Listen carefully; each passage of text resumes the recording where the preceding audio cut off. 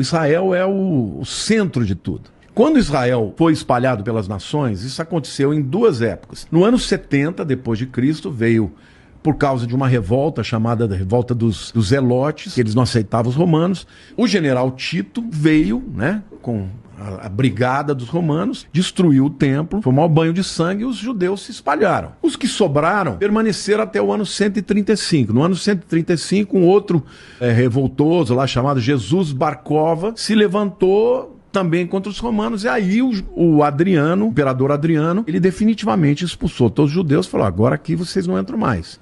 A partir dali, ele chamou aquela terra de Palestina. Então os judeus ficaram espalhados pelo mundo.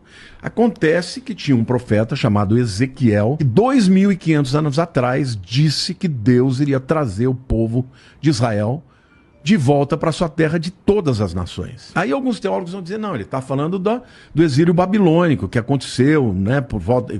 Nabucodonosor entrou em 586, invadiu e tal, levou o povo cativo. Só que foi só para a Babilônia. Ezequiel, ele fala que ele ia levar o povo de todas as nações. Alguns teólogos liam aquilo e falaram: Israel nunca mais vai voltar a existir. Não só voltou a existir, como Deus trouxe de todas as nações depois do Holocausto e fez uma coisa que não existe no mundo, que é fazer uma língua morta renascer. Hoje o hebraico que se fala em Israel é o hebraico bíblico. Claro, tem palavras que são de agora, aeroporto, né? Tem Sadeh HaTeufá, mas você pode falar airport também, né? Então tem palavras que não tinha naquela época, mas você lê o hebraico bíblico e você está falando uma língua que morreu e 2.000 anos depois ela foi renascida. Isso tudo porque a Bíblia diz. E ainda Isaías fala assim: pode uma nação renascer num só dia? Sim, pois eu farei o meu povo vir de todas as terras e num dia eles vão renascer.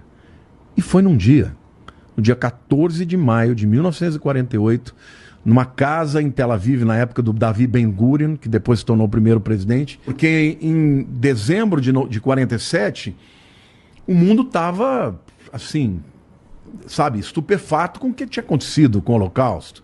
Aquelas valas de um monte de pessoas lançadas, 6 milhões de judeus, né, a solução final, aquela coisa horrorosa. Então o mundo estava dizendo: nós temos que resolver. Mataram 1/3 da população de judeus.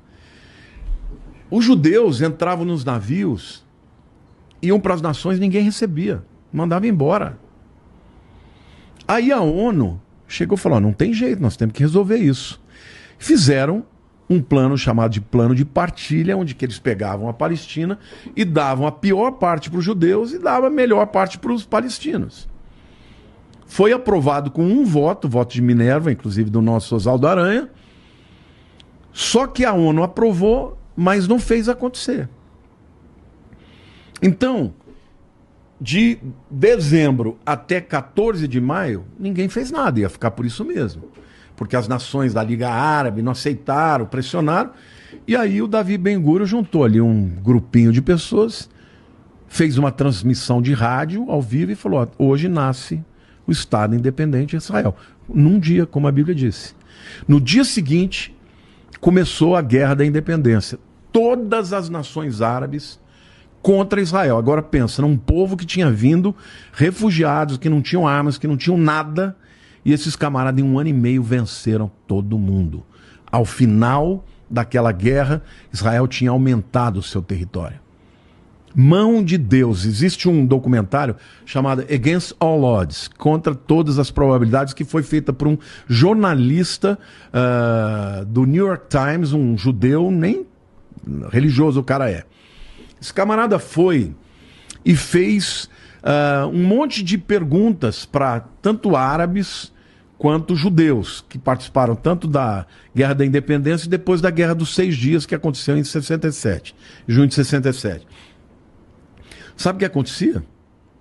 Os camaradas diziam assim: ó, a gente ia soltar foguete, não fazia, não soltava. A gente ia tentar comunicação, não dava. E a hora que a gente viu, os judeus já vinham e tomavam a gente. Então houve intervenções. Tem até um testemunho que eu achei incrível. Um árabe diz que viu o pai Abraão olhando feio para ele, dizendo assim: não faça isso. Abu Ibrahim. E os caras assim, com Um destacamento para pegar um grupo de judeus que estava coado, os caras foram embora porque tiveram uma visão. Então, assim, eu creio que a intervenção de Deus para com a nação de Israel, ela foi extraordinária e continuará sendo, porque Deus falou, nunca mais, depois que eu os trouxer de volta, eles vão deixar sua terra. Agora, o mundo inteiro, quando for buscar esse acordo de paz, vai ser em função disso, de Israel, judeus, muçulmanos e cristãos. E o proponente desse acordo de paz, que vai ser um enganador, vai ser o anticristo. Interessante.